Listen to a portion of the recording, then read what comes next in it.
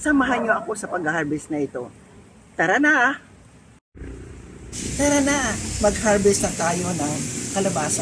Nag-isa lang ito, pero napakalaki. Nakakatuwa nga eh. O, tingnan niyo, oh. Ang ganda-ganda, oh. Oh. Puputulin ko. Puputulin ko na. Oh, halina kayo. Ano po? Maano pala ito? Ito pala ay matinik. Pero napakasustansya nito mga misis. Oh, ayan na, oh. Ang hirap pala talaga. Pero kaya ko to, Diyos mo naman. Mahirap pa dito kakayanin eh. Ito pa kaya na masustansya. O ito na. Ito na.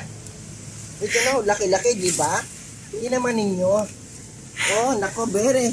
Nako, ang ganda-ganda. Masustansya.